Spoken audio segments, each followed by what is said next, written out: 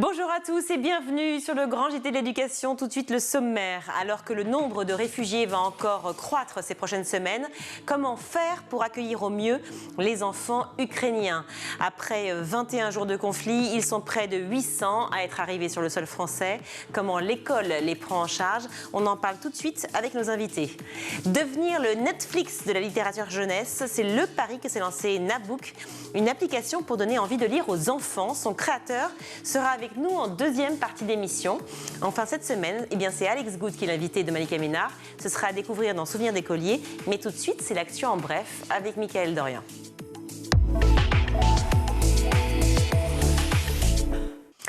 Et Mickaël, on commence tout de suite avec des nouvelles du TikToker qui avait insulté et menacé le ministre de l'Éducation. Il a finalement été relaxé. En effet, le tribunal a estimé que l'outrage n'était pas constitué car la vidéo n'avait pas été directement adressée à Jean-Michel Blanquer. Quant aux menaces, la juge a noté qu'à la fin de la vidéo, son auteur précisait bien que tout cela était fictif. Le jeune homme de 20 ans a toutefois été condamné à 105 heures de travail d'intérêt général pour avoir, dans une autre vidéo, porté atteinte à l'intimité d'un élève handicapé. Jean-Michel Blanquer qui était en déplacement mardi avec Brigitte Macron dans une école élémentaire d'Épinay-sur-Seine. Oui, ils ont rencontré 3 élèves ukrainiens scolarisés depuis le début de la semaine en classe de CE2 et CM2 d'une unité pédagogique pour les élèves allophones. Très émue, la première dame s'est adressée à eux en rappelant qu'ils étaient les bienvenus et que les Français allaient les accueillir comme ils le font toujours, avec le cœur. Actuellement, notez que 787 enfants réfugiés ukrainiens sont scolarisés en France, un chiffre qui, selon le ministre de l'Éducation, va croître dans les prochains jours. Et ce sera justement l'objet de notre première partie d'émission. Comment parler de la guerre en Ukraine aux élèves, justement? C'est un sujet dont on a beaucoup parlé dans le Grand JT. Et il en était question également ce mercredi sur RTL. Un proviseur expliquait au micro de Jérôme Florin qu'il était difficile pour les élèves de trier les vraies et les fausses informations qu'ils peuvent lire sur Internet, car c'est sur les réseaux aussi que se joue cette guerre. Ça n'est pas qu'une guerre traditionnelle. Vladimir Poutine s'est peut-être trompé en attaquant la télévision, puisque ce sont les réseaux sociaux, et nos élèves sont très présents sur les réseaux sociaux divers et variés, qui diffusent des informations, et ils ne savaient pas trier cette information et discerner réellement, objectivement les choses. Donc nos enseignants ont dû reprendre l'historique très rapide et puis leur expliquer ce qui se passait au point de vue géopolitique, mais économique et social. Surtout. Et ça fait écho parce qu'avec la réforme du lycée, nous avons des spécialités, donc notamment en première et terminale, HGGSP, Histoire, Géopolitique, Sciences politiques, où on parle beaucoup de cela. Les enseignants ont un programme assez important sur l'information par les réseaux sociaux, le tri de l'information, la désinformation. On l'a suffisamment répété, Mickaël, sur ce plateau. Attention aux fake news sur les réseaux sociaux. Et après les enseignants, les élèves. Oui, et ce sont nos confrères d'Europe 1, cette fois, qui se sont rendus dans une classe de CM2 de Duny, en Seine-Saint-Denis. Vous allez voir que sur le sujet de la guerre en Ukraine, les élèves ont pour certains un avis bien tranché. S'ils veulent plus faire partie de la Russie, c'est leur décision. Si quelqu'un dit non, on les laisse tranquilles. Le président Poutine, il a téléphoné à Macron et lui a dit que le pire était à venir. S'il dit ça, ça veut dire qu'il va s'attaquer à la France. J'avais vu un influenceur montrer une vidéo où la France se faisait attaquer par la Russie, mais j'y croyais pas vraiment. À noter que justement pour répondre, pour accompagner les enseignants à répondre aux questions des élèves, une réunion se tient justement ce jeudi. Réunion présidée par Jean-Michel Blanquer dans le cadre de la présidence française de l'Union européenne. Une réunion informelle en visioconférence avec les autres ministres européens de l'éducation afin d'apporter une réponse européenne coordonnée et solidaire à cette guerre en matière d'éducation. Alors, comment se déroule l'accueil des enfants ukrainiens en France? Comment s'organise l'éducation nationale à ce sujet? On en parle tout de suite avec nos invités.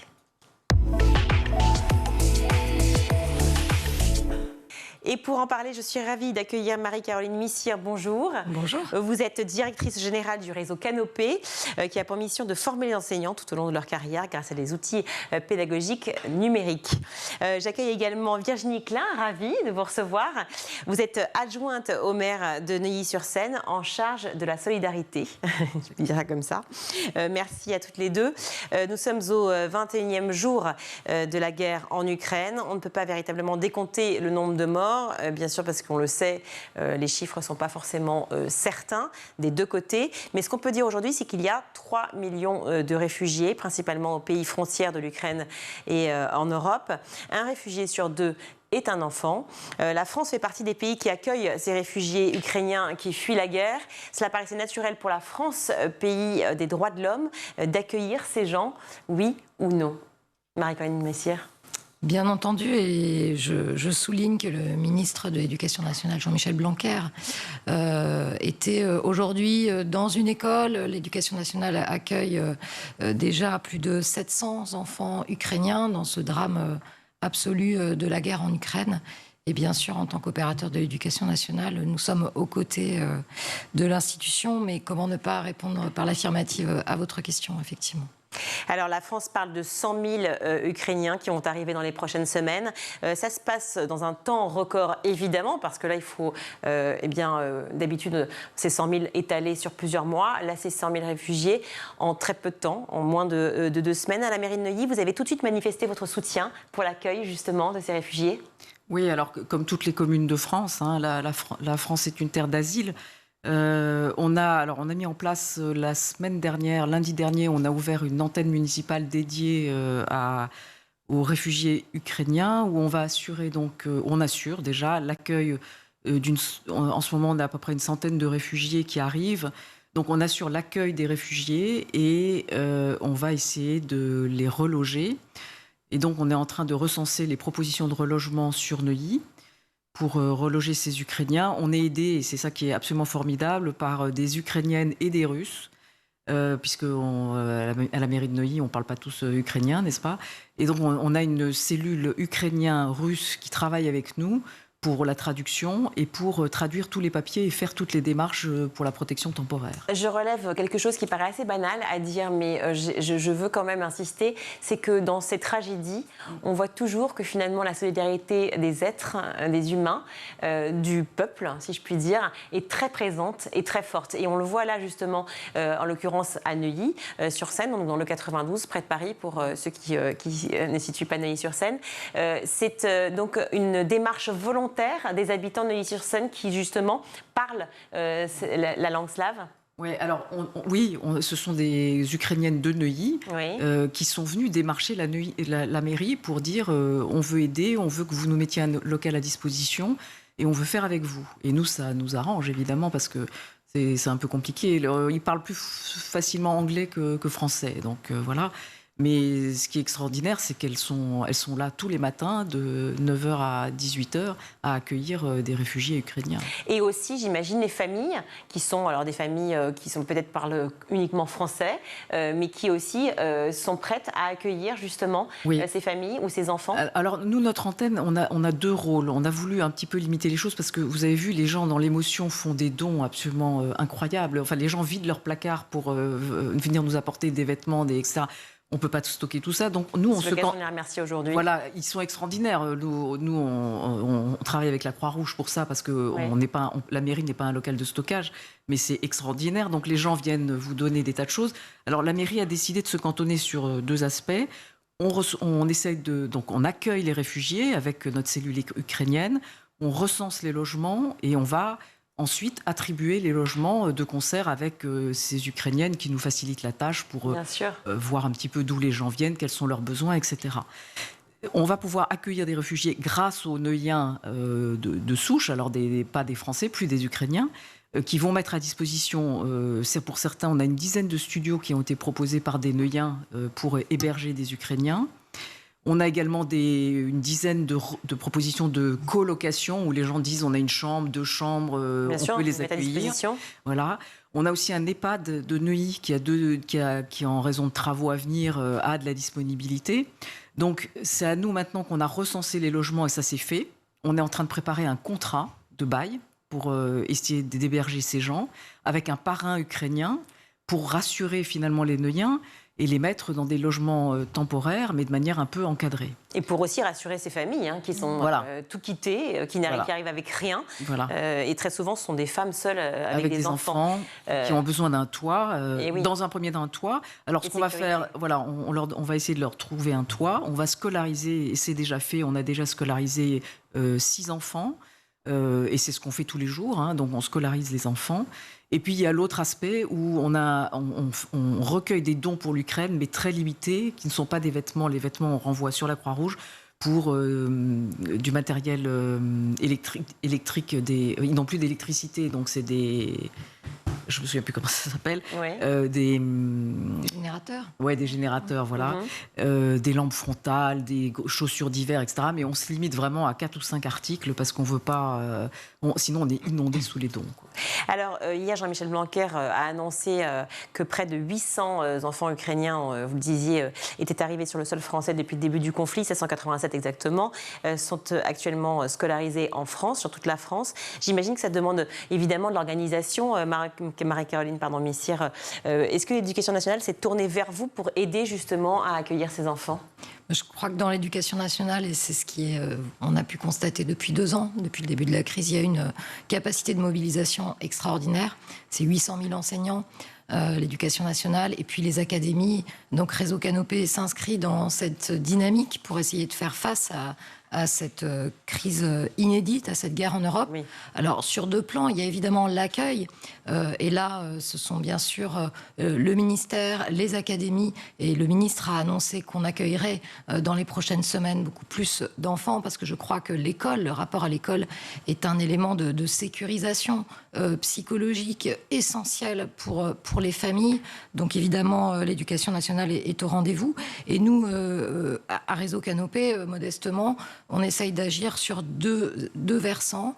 Le premier, c'est de donner des réponses aux enseignants français qui sont confrontés aux questions des enfants, aux angoisses des enfants. Quelles sont les questions ? Je crois que les premières questions, c'est est-ce qu'il y a vraiment une guerre ? Est-ce que c'est une guerre mondiale ? La question de l'utilisation de l'arme atomique aussi se pose. Et puis, il faut bien noter que les réseaux sociaux véhiculent énormément d'informations. On est cette semaine à la veille de l'ouverture de la semaine de la presse et des médias à l'école. Et donc, nous, à Réseau Canopé, on a aussi, avec le CLEMI, une action sur l'explicitation de tous ces phénomènes de désinformation. Donc il y a une entrée à la fois sur répondre aux enfants quand la guerre s'invite dans les classes, la question de la guerre s'invite à l'école, répondre aux angoisses aussi des enseignants. Donc on a organisé hier, cet après-midi, des webinaires, des conférences en live avec des experts, avec Dominique Cardon qui est sociologue, avec une pédiatre également, un peu plus tard qu'il y a quelques heures, et un inspecteur général historien pour répondre à ces questions. Et puis l'autre élément, c'est sur l'accueil de ces élèves qu'on appelle allophones. C'est ça, qui ne parlent pas dans la langue maternelle, n'est pas la langue du pays dans lequel ils vivent. Donc. Et donc là, nous avons plusieurs outils. Justement. On a mis à disposition un guide pour les chefs d'établissement, pour les enseignants, avec des conseils pratiques, un guide d'accueil de ces enfants. Nous avons aussi une plateforme dédiée à cet accueil des élèves allophones. Et donc, on met à disposition des académies, des classes, des enseignants, des chefs d'établissement, pour avoir vraiment des réponses pratiques. En combien de temps un enfant peut apprendre une langue, en l'occurrence le français ? Alors, selon les âges, selon les cultures, mais ça peut être extrêmement rapide. Et encore une fois, il y a un élément de sécurisation à l'école. Être avec les autres, être dans un bain de langue extrêmement rapidement. On est dans quelque chose qui peut être vraiment rassurant et ramener à un semblant de normalité quand on est dans des phénomènes de déracinement extrêmement violents.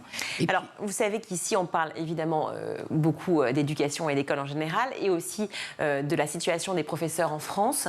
Les profs sont fatigués, épuisés, sont toujours autant motivés, et vraiment, on les remercie, on les félicite, parce que c'est lourd. Mais la pandémie, cette guerre, les différents changements, les situations, les différents protocoles, c'est lourd pour les enseignants. Est-ce que, évidemment, j'imagine que la solidarité est énorme, bien entendu, dans tous les lycées, tous les collèges de France, et dans les primaires aussi, mais comment les professeurs peuvent être aussi accompagnés ? Est-ce que le réseau Canopé permet ça, un accompagnement aussi psychologique pour eux, et puis de formation, parce qu'il faut pouvoir peut-être les former aussi à cela ? C'est exactement à cet endroit qu'on essaye d'agir, c'est-à-dire sur tout ce qu'on appelle les compétences transversales de l'enseignant.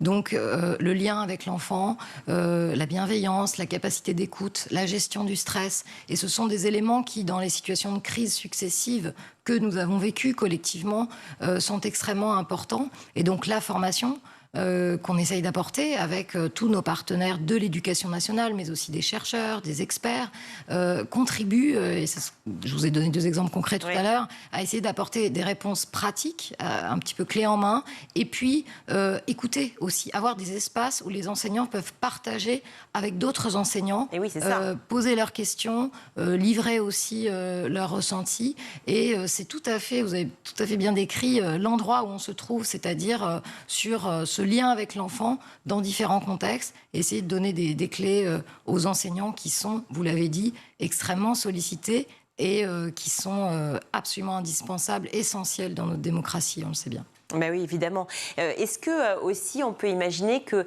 les élèves qui voient d'autres élèves enfants, enfin d'autres enfants en tout cas, qui arrivent dans un pays en état de guerre, qui arrivent d'Ukraine et qui sont évidemment dans un état de panique, de non-compréhension, d'inquiétude terrible par rapport à leur famille, souvent leur papa resté sur place.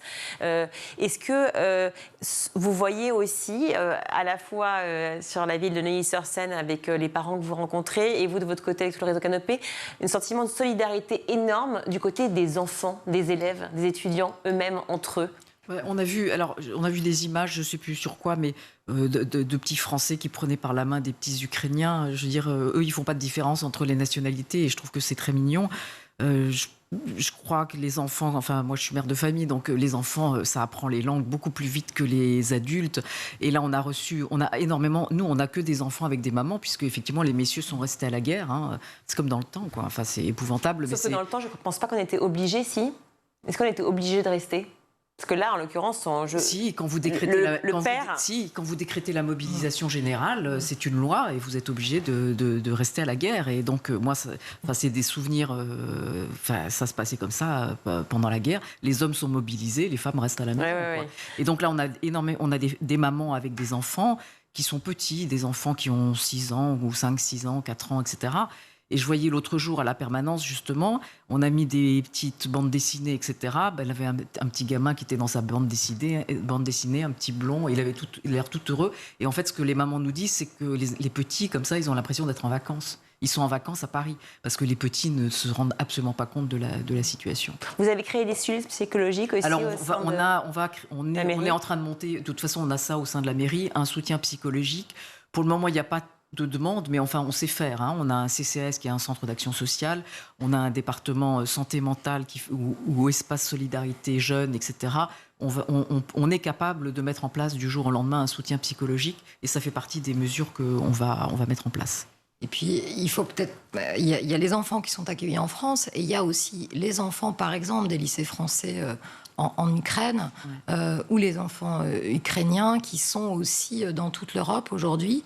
Et nous accompagnons l'AEFE, qui est l'Agence pour l'enseignement du français à l'étranger, qui a un lycée à Kiev qu'elle a entièrement fermé, vu le contexte et la situation, et pour accompagner ces familles qui sont aujourd'hui en Pologne, en Roumanie, partout en Europe, et qui ont besoin de ressources pédagogiques immédiatement accessibles. Donc on a libéré les droits d'un ensemble de ressources pour avoir un accès à des petits modules de grammaire, de maths, etc. Voilà, on essaye de faire ce qui est à notre mesure. Mais moi, il y a quelque chose qui m'a énormément marqué ces dernières semaines. C'est le niveau d'information des enfants, quel que soit leur âge, sur cette guerre en Ukraine. On est dans un contexte de circulation de l'information numérique, l'accès à TikTok, aux réseaux sociaux. Nos enfants sont extrêmement bien informés. Et donc cette guerre est vraiment présente dans leur quotidien, dans leur questionnement. Et donc on a un devoir à la fois de réponse et de sécurisation aussi. Oui, parce que c'est important ce que vous dites. Vous dites qu'ils sont bien informés. Qu'ils le soient informés, je ne conteste pas. Mais comme vous disiez tout à l'heure, effectivement, ils ont accès à tout. Et on le sait bien, évidemment, le traitement de l'information est très différent selon les chaînes que l'on regarde, selon les accès sur Internet et selon l'endroit où on se trouve, et puis tout simplement selon les avis. Donc, comment on fait pour pouvoir justement parler avec eux et échanger, parce qu'ils sont friands de ça. On le sait, les enfants, ils sont en contact avec l'actualité. Absolument, ils peuvent être aussi en contact avec des images choquantes ou des images qui ont fait l'objet d'un retravail qui participe d'une forme de désinformation. Donc, et encore une fois, on est dans la bonne semaine, c'est la semaine de la presse et des médias à l'école. On a, nous, développé des outils pour apprendre à décoder les images, par exemple. Quoi comme outil, pardon ? Eh bien, on est en partenariat avec Sciences Po, le Media Lab de Sciences Po, et l'AFP, avec le CLEMI. Et on a monté un consortium européen avec une plateforme qui s'appelle De Facto, qui analyse les images et qui aide à identifier les sources et donc des images qui peuvent être des fake news ou des images qui sont vérifiées. Donc ça, c'est un outil très concret qu'on a lancé il y a quelques semaines. Mais plus largement, je pense qu'il faut ne pas laisser les enfants sans réponse à leurs questions. Toutes les questions il n'y a pas de questions taboues. Et puis surtout, essayer aussi de les préserver d'images choquantes. C'est essentiel. Outre apprendre à décoder, selon les âges, les informations qui leur parviennent, mais surtout leur donner des réponses sur les questions qui se posent aujourd'hui et qui se posent aussi à nous adultes. Est-ce qu'on est en face d'une guerre mondiale ? Est-ce que le risque nucléaire est présent ? Et ça m'a vraiment frappée parce que ces questions qu'on se pose, ils se les posent aussi. Mais c'est ça, j'allais y venir. C'est que le problème, c'est que nous n'avons pas de réponse en fait. On ne sait pas quand ça va s'arrêter. On ne sait pas réellement, enfin en tout cas moi je ne le sais pas, peut-être que vous le savez, mais quels sont les fondements précis et ancrés, etc. de cette guerre, même si on a tous des idées évidemment. Donc quand nous-mêmes parents, nous n'avons pas de réponse, comment on fait justement pour pouvoir parler réseau canapé, mais en tant qu'enseignant, en tant qu'auxiliaire de vie, à des enfants qui sont constamment en demande de réponse. Je crois que c'est là qu'il y a une forme d'alliance éducative peut-être entre les parents et les enseignants qui peuvent remettre ces questions dans une perspective parfois historique. Les professeurs d'histoire-géo ont été très mobilisés, ils ont partagé beaucoup de ressources, des choses extrêmement intéressantes pour mettre en miroir par rapport à l'histoire, accepter l'incertitude aussi. Les questions que tu te poses, je me les pose aussi. Et puis faire parler l'enfant par rapport à un visionnage d'images choquantes. Et malheureusement, on est dans ce monde surinformé, de surcirculation de l'information. Et donc, voilà, se poser avec lui, essayer de dire qu'est-ce que tu as vu, quelle question est-ce que ça t'inquiète, je t'explique l'image s'il y a été confronté. Voilà, c'est tous ces éléments-là qu'il faut avoir et puis accepter qu'on est dans l'incertitude, tous. Et oui, c'est très dur, je pense qu'effectivement, aussi bien pour nous, surtout pour les enfants. Je reviens sur le point précis qui est un point plus pratique, si je puis dire, mais qui est tout aussi important. Je parlais du moral des profs et de la situation de manière générale. Faire venir effectivement des enfants réfugiés, évidemment que c'est nécessaire et évidemment que c'est formidable, mais ça pose aussi la question du nombre d'élèves par classe et donc peut-être de la surcharge aussi de travail, d'organisation. Est-ce que vous en avez parlé aussi avec le ministère de l'Éducation nationale et avec tout votre réseau ? Alors, encore une fois, on est positionné réseau Canopé à un endroit bien précis, de formation, de mise en forme de ressources pédagogiques, etc. Donc, j'aurais du mal à répondre précisément à votre question. Je redis simplement ce que j'ai dit au début, c'est-à-dire que l'Éducation nationale a une capacité de mobilisation absolument exceptionnelle.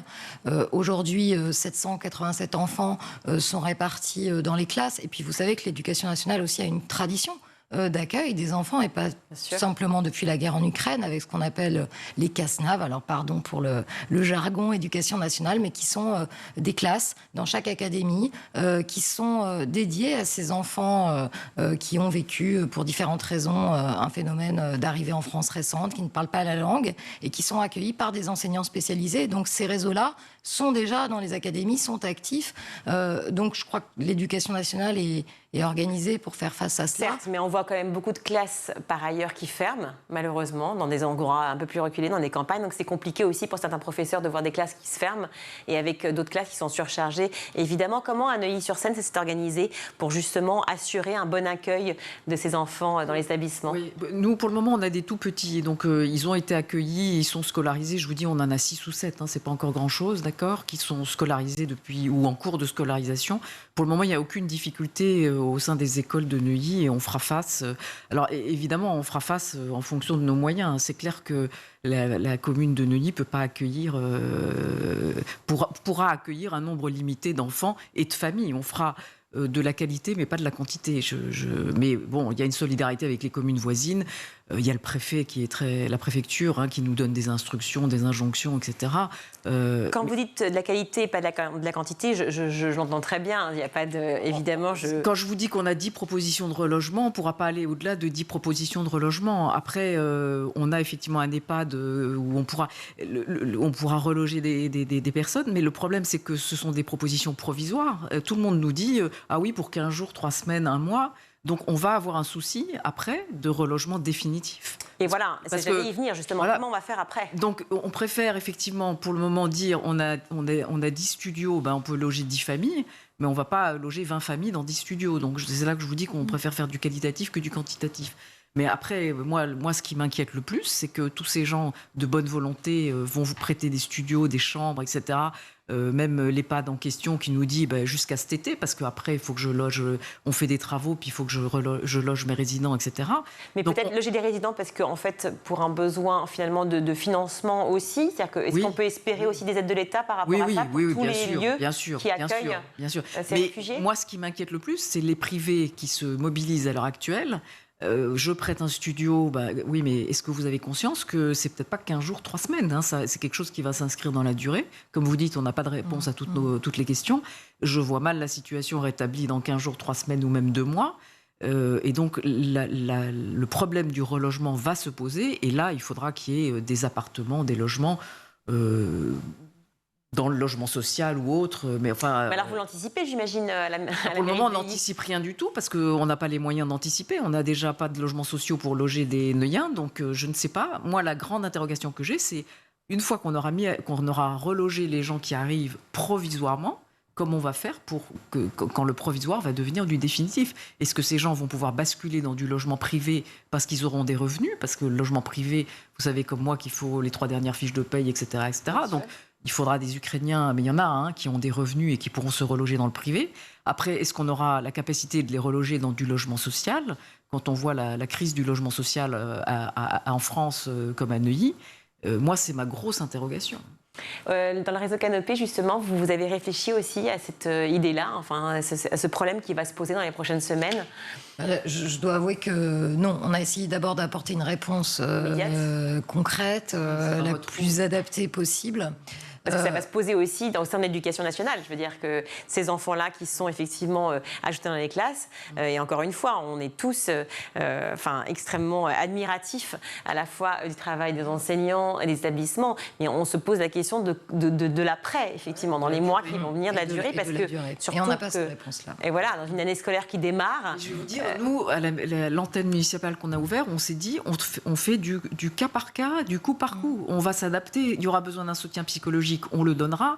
Il y aura besoin de scolariser, on va le faire. On fait vraiment... On a ouvert cette antenne en nous disant, on va voir ce qui nous arrive. Et comment réagissent les Neuillens ? Ah ben ils sont ravis, les Neuillens. Les Neuillens, vous savez, les Neuillens, ils donnent. Neuilly est une ville qui a du cœur et les Neuillens donnent. Donc nous, le premier jour qu'on a ouvert, on a des dames qui arrivaient avec des sacs entiers de vêtements, et pour leur dire, mais non, nous, on n'est pas un local pour recueillir des dons, on est un local pour accueillir les réfugiés et pour des dons très spécifiques, genre générateur, lampe frontale, etc. Mais il y a la Croix-Rouge, il y a MSF, voilà. Il y a alors, évidemment plein d'organismes qui permettent ça. Il faut les citer, la protection civile, parce que la protection civile, elle vient chercher tous les dons. Elle les stocke à Rungis et après, elle part de Rungis en Pologne, et aux frontières pour emporter tous ces dons, vêtements, etc., etc.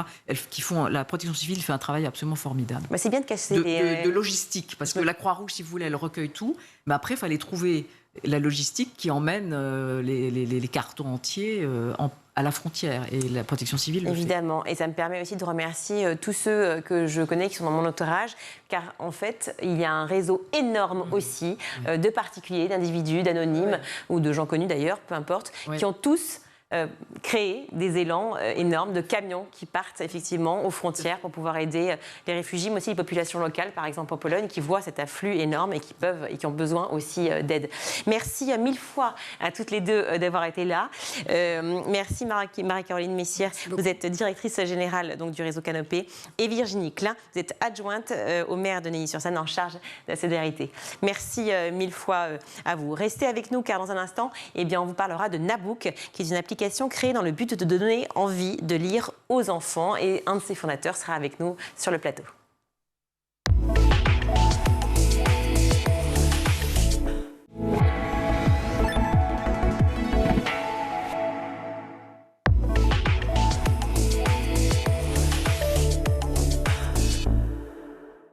De retour sur le plateau du Grand JT, nous sommes avec Carole Fogarassi. Bonjour. Bonjour. Ravi d'être avec vous. Vous êtes un des fondateurs de Nabook. Alors Nabook, c'est quoi déjà? Racontez-moi. Déjà, merci de votre invitation. Nabook, c'est une plateforme de lecture 100% jeunesse pour transformer du temps d'écran en temps de lecture.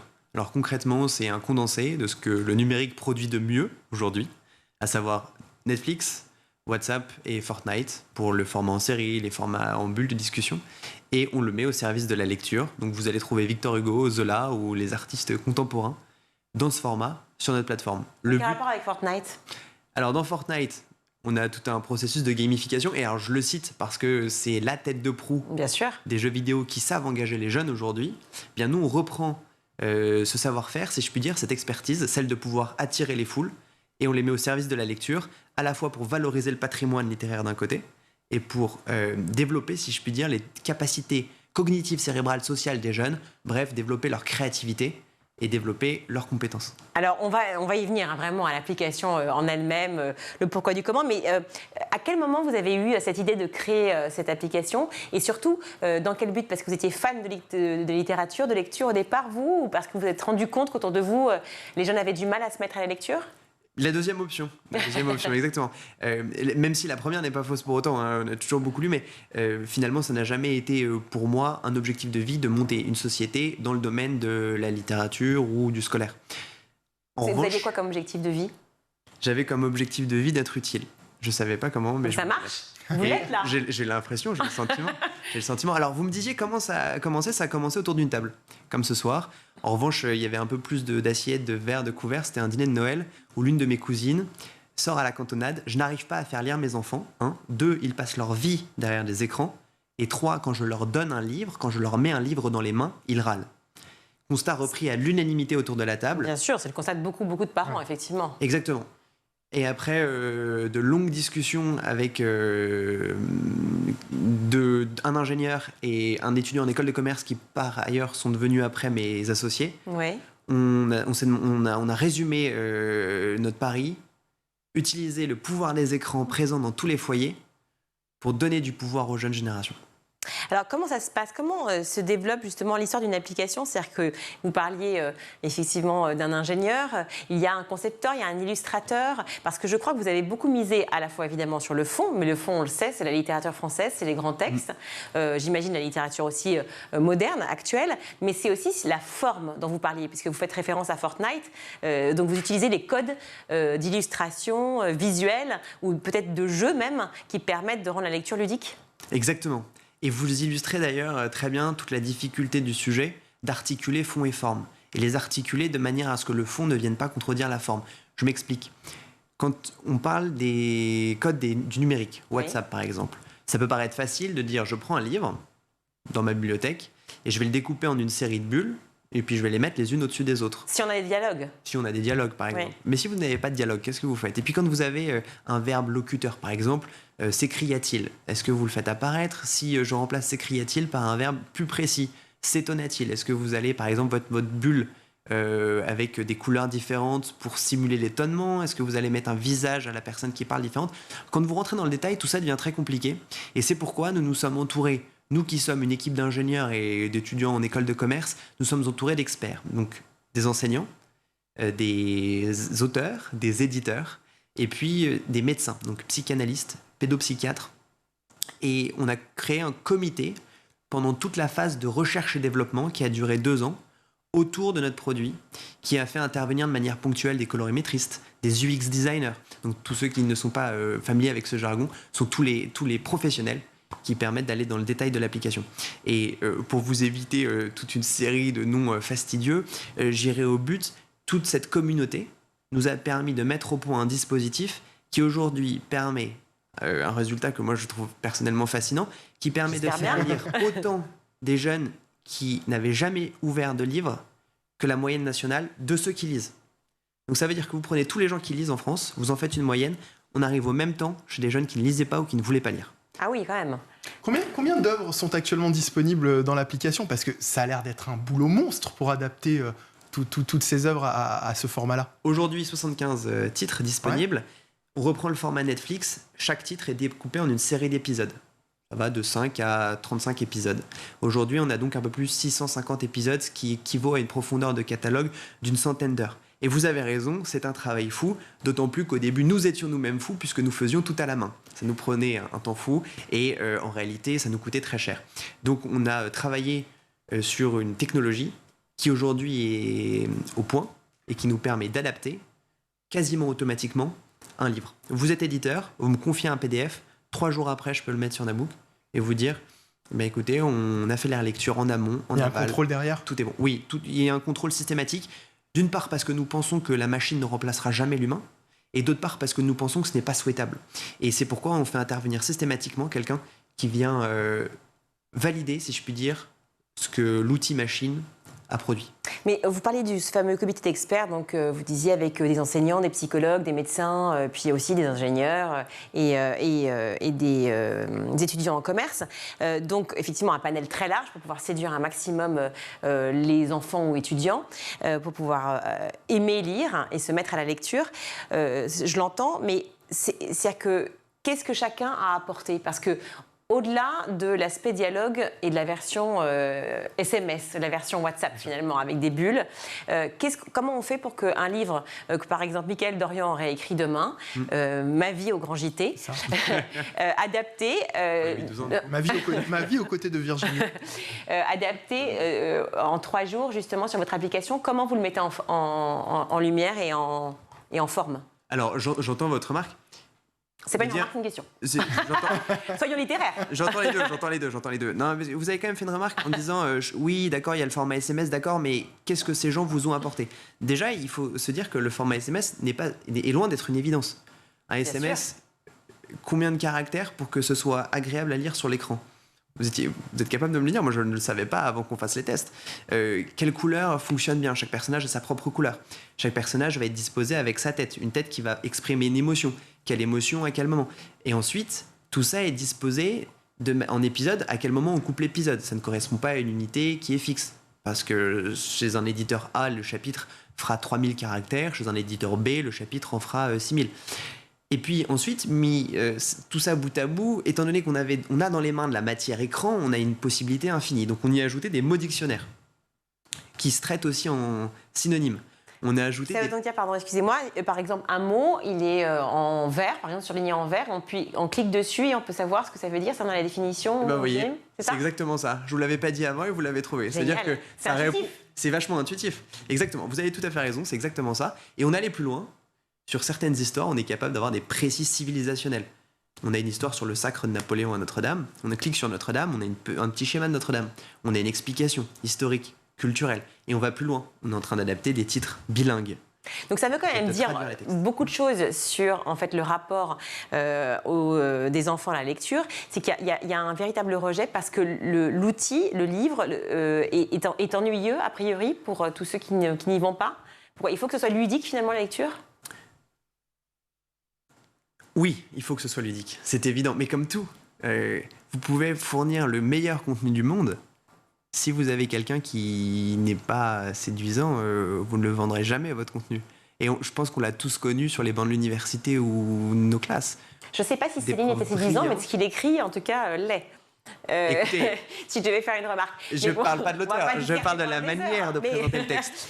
Mais bon, quand on parle de Nabook, qui me paraît absolument ingénieux, est-ce que c'est utile aussi pour tous les enfants dont on parle, qui sont dits 10, c'est-à-dire dyslexiques, dysprasiques, et qui effectivement ont du mal à se mettre à la lecture classique ? Exactement. Dans les dispositifs qui sont mis en place chez Nabook, on trouve le dispositif 10, dyslexique, dyspraxique, qui permet en un bouton d'appliquer une nouvelle police qui va présenter la graphie de façon différente, en exacerbant des corps de voyelles, en modifiant des empattements de lettres.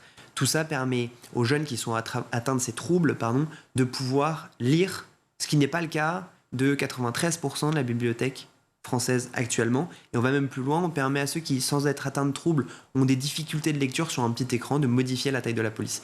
Voilà. Donc ces dispositifs, ils sont vraiment conçus dans le but de Nabook, qui est celui de rendre accessible la littérature. Et donc, pour revenir sur la question précédente, il faut la rendre fun, cette lecture. En effet, il faut la rendre fun. Nous, notre constat, c'est que la littérature s'appuie sur un constat qui est sur une identité, si je puis dire, une égalité qui existe depuis Gutenberg. Lecture égale livre. S'il n'y a pas de livre, il n'y a pas de lecture. Bon, bah ça, c'est complètement faux. Ce qui est le plus consommé, c'est la BD, c'est le manga, et c'est formidable, ça fait lire jeune. Certains vont dire le manga, la BD, c'est pas du livre. Et donc, c'est pas de la lecture parce que c'est pas un livre. C'est faux. Il faut décorréler le livre de la lecture. Nous, c'est ce qu'on fait en utilisant les supports qui sont ceux d'aujourd'hui. Et d'ailleurs, la lecture s'est très bien portée avant le livre. Il y avait les rouleaux de parchemin. Encore avant, vous aviez le vélin qui était donc d'origine animale. Et aujourd'hui, il y a de l'écran. Et ben, c'est la vie. Et tant mieux d'utiliser les outils d'aujourd'hui de manière à pérenniser une activité qui est une activité vitale pour notre construction cérébrale. Oui, non, mais j'entends bien ce que vous dites, que effectivement la lecture doit devenir fun, doit devenir ludique, mais jusque-là, c'était aussi l'un des objectifs, ou j'ai envie de dire, d'un bon livre aussi, c'est d'être fun et ludique, théoriquement, un bon livre. Donc ça veut dire quoi? Ça veut dire que finalement, qu'aujourd'hui, eh ben, ce mode de lecture traditionnel qui est le livre ne plaît plus et finalement est peut-être en danger? Alors, on dit que le livre doit être fun. Je pense que le livre aujourd'hui est fun, mais c'est le format, encore une fois, du livre qui peut paraître rebutant, à l'heure où... Enfin, c'est même pas qu'il est rebutant, c'est qu'il est plus compétitif. Si vous voulez, on a tous l'expérience, en rentrant le soir après une dure journée de labeur, d'aller à la télévision ou de prendre son téléphone et de remonter son feed Instagram, Facebook, LinkedIn, ce que vous voulez. C'est tout simplement plus facile, plus immédiat, plus pratique. Vous êtes passif, vous consommez, c'est agréable, on a l'impression de remplir, de meubler sa vie. Le livre, aujourd'hui, il demande un effort que beaucoup de jeunes ne sont pas capables. Donc, pour répondre à votre question, est-ce que le livre est en danger? Je pense que le livre va retourner à l'époque avant livre de poche. Avant livre de poche, il y en avait moins. C'était un peu plus qualitatif et c'était presque un fait d'élite. Je pense qu'on va revenir à ça et on va avoir d'autres formats pour la lecture grand public. Merci. Je pense que ça va se faire sur des écrans. En tout cas, je redis le nom de cette fameuse application que vous avez créée. Donc, vous êtes un des fondateurs de Nabook, N-A-B-O-O-K. On ne dit pas que c'est un anglicisme, hein. C'est pas grave, on ne vous en veut pas, mais bon. C'est un nom n'a pas de... Pour la littérature française. Mais bravo en tout cas, superbe idée. Et je vais écoutez, la télécharger dès ce soir pour mon fils, qui peine un peu de temps en temps à lire autre chose que des mangas. Merci Carole Fougarassi d'avoir été avec nous. Cette semaine, Alex Good est l'invité de Malika Ménard dans Souvenirs d'écolier. Il s'est notamment confié sur sa carrière qui est très riche en rebondissements. Vous allez voir. Vous faites 1000 choses différentes. Oui, je fais beaucoup de choses, c'est vrai. Oui. Et enfant, vous ne saviez pas forcément ce que vous alliez faire? Non, potentiellement une carrière sportive? Ouais, non, pas du tout une carrière sportive au début. Au début, je voulais être pilote d'avion. Puis après, je me suis aperçu que j'avais peur en avion. Forcément, ça... C'est compliqué pour devenir pilote d'avion. Ouais, vite changement. Voilà, maintenant, Dieu soit loué, je suis guéri parce que je prends tellement souvent l'avion que j'ai plus peur. Mais c'est vrai que voilà, tu t'es dit, j'avais vu Top Gun, c'est génial, je vais faire ça. Et puis, la première fois que je monte dans un avion, je suis comme ça, terrorisé. Encore maintenant? Donc, non, plus maintenant. Maintenant, je le prends tout le temps, puisque je vis à moitié entre les États-Unis et la France. Donc, voilà, j'ai vraiment l'habitude. Maintenant, ça va. Même, puis, j'ai eu tellement de trucs qui me sont arrivés que, voilà, à chaque fois, je m'en sors. Je touche du bois. Voilà, hop. Mais non, donc ça n'a pas marché. Après, je voulais être vétérinaire. Mais je pense que tout le monde veut être vétérinaire à un moment donné. Peut-être que toi, tu voulais... Non, t'as pas voulu être vétérinaire? Non. Pourtant, je trouve ça bien. J'ai toujours eu des chiens, j'avais des lapins, tu vois. Ouais. Donc, je voulais être véto. Mais bon, c'est un peu compliqué parce que c'est genre 10 ans d'études et tout. Donc, t'avais pas envie de faire de longues études? Puis après, quand j'ai commencé le foot, j'ai vraiment voulu être footballeur et j'étais bien parti pour, jusqu'à ce que je me pète le genou. Après, je suis allé sur la voiture, pilote de course, parce que j'adorais conduire vite et aller vite. Et après, je suis rentré dans le jeu vidéo quand j'avais 20 ans. Voilà. De nouveau, puisque déjà enfant? Oui, mais enfant, je gagnais pas ma vie avec. Ok. À 20 ans, j'ai gagné ma vie avec le jeu vidéo. Vous étiez gamer, quoi? Et j'étais testeur de jeux vidéo, oui, pour des magazines... certains qui existent encore et d'autres plus du tout, parce que la presse jeux vidéo, malheureusement, avec Internet, ça a un peu disparu. Et j'ai fait ça pendant très très longtemps. J'écrivais des blagues dans les journaux de jeux vidéo en même temps que je testais les jeux. Donc c'était la vie idéale, tu vois. Et puis un jour, j'ai amené... Ça, c'était votre premier job? C'est mon premier job. À quel âge? 20 ans. C'est quand mes parents sont séparés. À ce moment-là, la voiture, en France, ça coûte très cher. Donc tu peux pas le faire si tu es tout seul, même avec des sponsors. Ouais. Donc j'ai dû arrêter. Mais je suis rentré dans le jeu vidéo par la voiture, puisque j'étais pilote officiel, donc je pouvais tester les jeux de voiture et tout ça. C'est comme ça que ça a commencé. Et je suis devenu journaliste du coup de jeux vidéo jusqu'à ce que Mais tout en étant encore en train d'étudier? Non. Non, c'était après? Non, ouais. Après, ça te fait virer de cours de français? Ouais, exactement. Après Maths Sup, en fait, j'ai arrêté après Maths Sup. Je me suis mis quand même à des cours de japonais, parce que j'étais passionné de jeux vidéo, donc je me suis dit, bah tiens, je vais apprendre le japonais. D'accord. Voilà. Ça marchait mieux que l'allemand? Ça me beaucoup mieux que l'allemand, mais c'est beaucoup plus facile que l'allemand, figure-toi. Le japonais, c'est la langue la plus facile du monde à apprendre. Il y a quand même aussi... À lire et à écrire, c'est une tannée. À parler, oui, c'est ça, hyper facile. À apprendre. Non, mais c'est hyper facile. Il n'y a pas de conjugaison, il n'y a pas de singulier et de pluriel, il n'y a pas de futur, de présent, c'est juste un mot que tu rajoutes. Donc tu parles très très vite japonais. Voilà. Donc j'ai appris ça, mais en même temps, je faisais donc le jeu vidéo. Et puis à 24 ans, j'ai amené un ami à moi du jeu vidéo justement qui était un petit peu coincé. Je me suis dit, bon, il faut que je te décoince. Je ne savais pas quoi faire. Je l'ai amené au cours de théâtre, au cours Simon. Okay. Et le prof m'a dit, vous passez une scène aussi, monsieur, parce que là, vu l'état de coincitude de votre copain, il va falloir que vous aussi, vous passiez une scène. Mais vous aviez déjà pensé? Ah non, jamais de la vie. Jamais de la vie. Et donc j'ai fait un test de Pierre Desproges, parce que j'adore Desproges. Et à la fin du texte, tout le monde s'est levé dans la salle. Le prof s'est levé, m'a dit, c'est très drôle, ça fait combien d'années que vous faites du théâtre? J'ai dit, ça fait exactement 3 minutes 30. Il m'a dit, vous arrêtez tout ce que vous faites, vous êtes comédien. J'ai dit, alors je gagne très bien ma vie dans le jeu vidéo, je ne vais pas arrêter. Et puis ils m'ont harcelé vraiment. C'est vrai? Ils voulaient vraiment que je vienne. Roselyne Marga, la directrice, m'a appelé. Ils vraiment venaient. Et donc au début, j'ai dit, ok, alors j'accepte de venir le soir après le boulot. Donc après avoir joué toute la journée, je venais chez eux le soir. Et puis au bout de 6 mois, j'ai tout lâché. Et puis finalement, j'ai fait ça de ma vie, tu vois. Et puis c'est comme ça que la télé est venue. Et le copain? Lui, il a arrêté très vite. Il n'était pas doué pour ça non plus. Donc... Mais bon, il va bien aujourd'hui, tout va bien. Mais du coup, c'est en faisant du théâtre que vous êtes allé à la télé? Ouais, exactement. Ouais. Enfin, c'est plus compliqué que ça. Il y a eu 2 étapes, en fait. La première, c'est que tu as le journal de Mickey, pour lequel j'écris depuis maintenant 26 ans. Oh la vache. Encore maintenant? Oui, encore maintenant. Ok. J'écris au journal de Mickey encore aujourd'hui. Ça fait 26 ans que j'écris pour eux. Et puis un jour, Disney Channel est venu faire un reportage au journal de Mickey. Et comme j'étais un peu le seul jeune de l'époque, ils m'ont demandé de tout raconter, quoi. Et donc, c'est moi qui ai tout raconté, comment ça se passait le journal. Et le lendemain, tu as le PDG de la chaîne, en faisant des blagues, évidemment. Le PDG de la chaîne m'a appelé en me disant, mais vous êtes qui? Vous n'avez jamais fait de télé, faut que vous fassiez ça, vous êtes génial et tout. Je dis, arrêtez vos conneries. Il me dit, mais venez demain. Et je vais faire un essai à Disney Channel. Et une semaine après, j'étais animateur sur Disney. Donc, c'est comme ça que ça a commencé. Et puis après, il y a une deuxième OJ, puisque ça, j'ai fait ça pendant 1 an. Et après, j'ai arrêté parce que je me suis lancé au théâtre avec ma première pièce, qui s'appelait Théâtrouille, où Canal+ est venu. Et c'est là où Canal+ m'a dit... Ils ont vu la pièce, ils m'ont vu dans la pièce, et ils m'ont demandé de venir sur Canal, et c'est comme ça que j'ai commencé la météo sur Canal avant de la faire sur M6. Donc tous les deux sont toujours un peu mélangés. Voilà, les deux sont un peu mélangés. C'est-à-dire qu'à partir du moment où j'ai commencé le théâtre et la télé sont toujours mélangés en même temps, jusqu'à ce que j'arrive sur M6, où là on m'a dit, t'es gentil Coco, mais t'arrêtes d'être sur scène parce que le soir, il faut que tu fasses la météo, et s'il y a une alerte, tu peux pas être sur scène à 8h30, quoi. C'est la fin de ce numéro, on se retrouve demain, toujours en compagnie d'Alex Good pour la suite de Souvenirs d'écoliers. À demain. Et tout de suite, c'est le meilleur de School TV avec le Zap.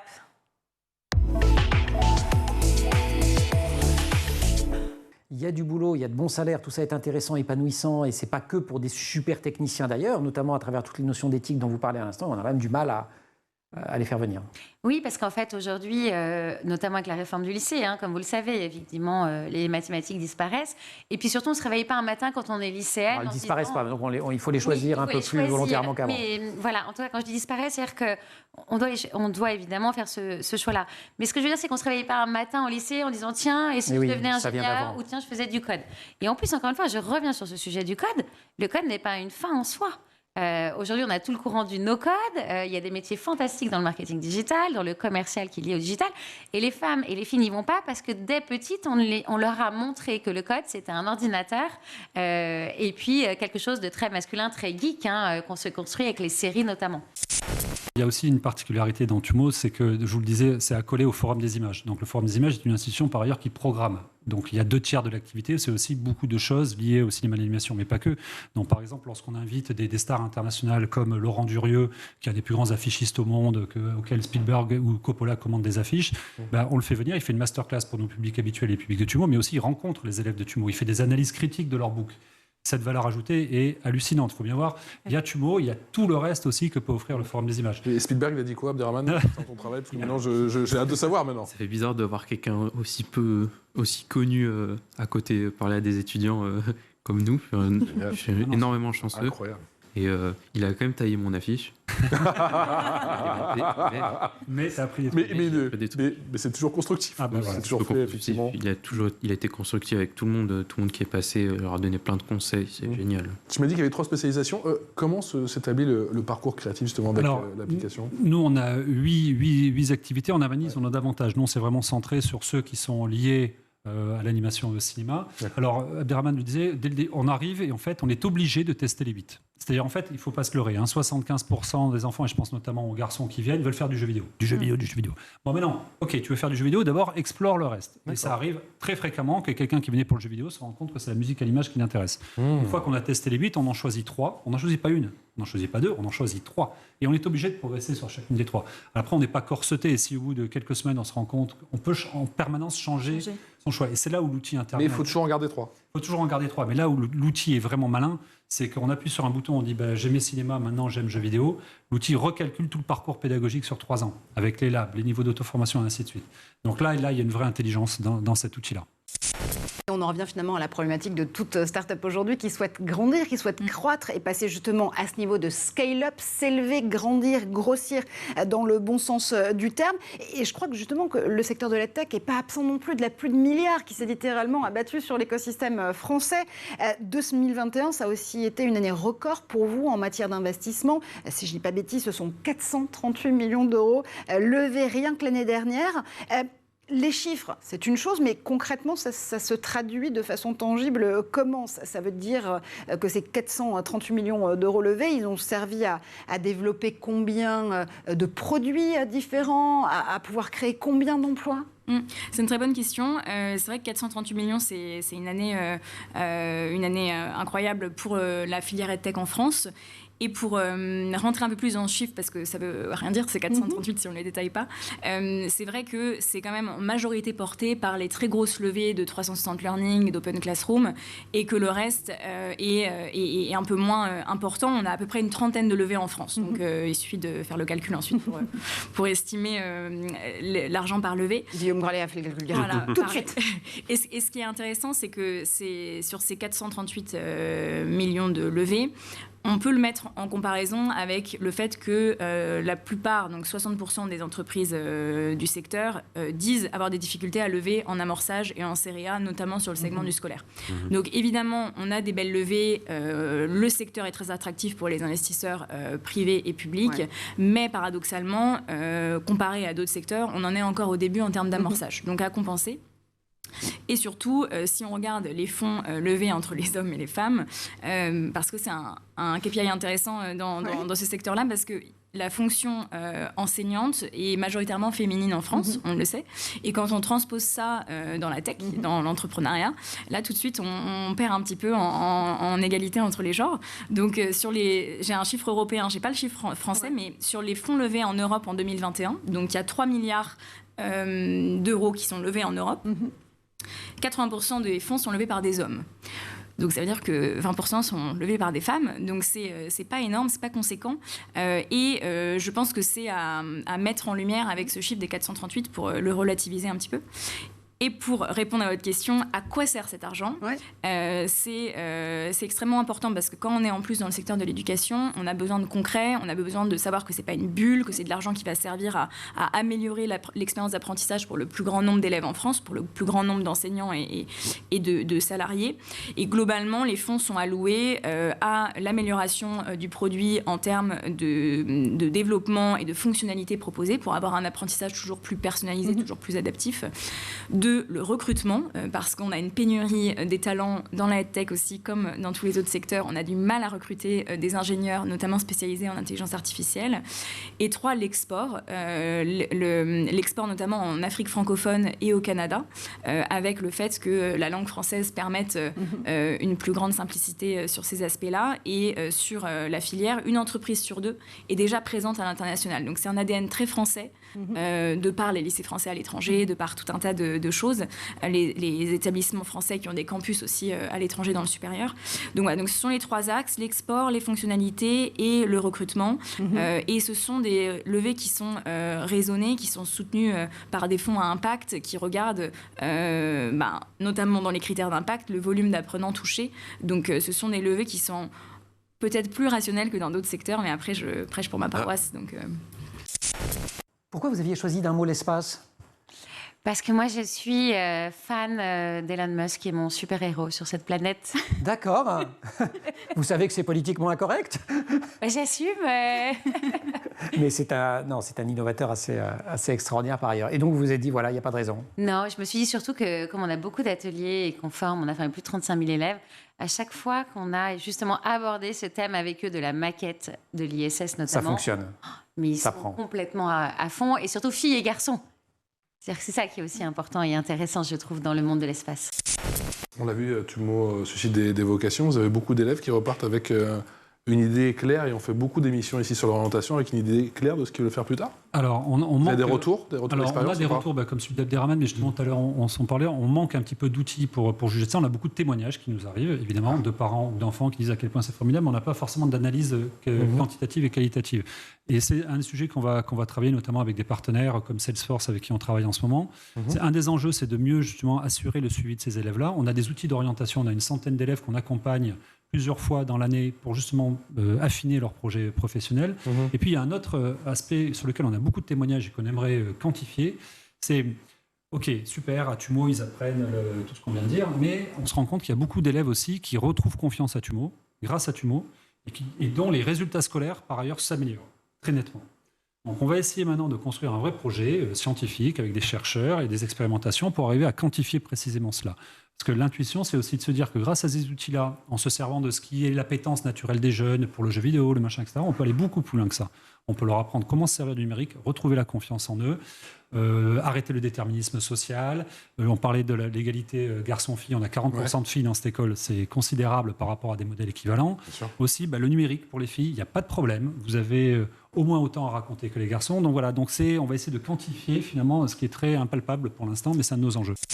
Parce qu'il y a eu vraiment cet enjeu qui a été absolument prépondérant pendant les premiers confinements, qui était la continuité des apprentissages, justement, comment l'assurer entre l'école et entre la maison qui devenait une salle de classe à part entière. Et puis, il y a surtout toujours... finalement, ce ménage à trois, c'est pas forcément la bonne expression, mais entre les enseignants-enseignantes, les parents, les élèves, comment faire pour que chacun puisse y trouver son compte? D'ailleurs, ça a été extrêmement marquant pendant le confinement sur l'impact de la crise sur nos entreprises. Donc, ça a été complètement hétérogène. Pour 55% des entreprises EdTech, ça s'est extrêmement bien passé, la crise, entre guillemets. Pour 45%, très mal. Pourquoi?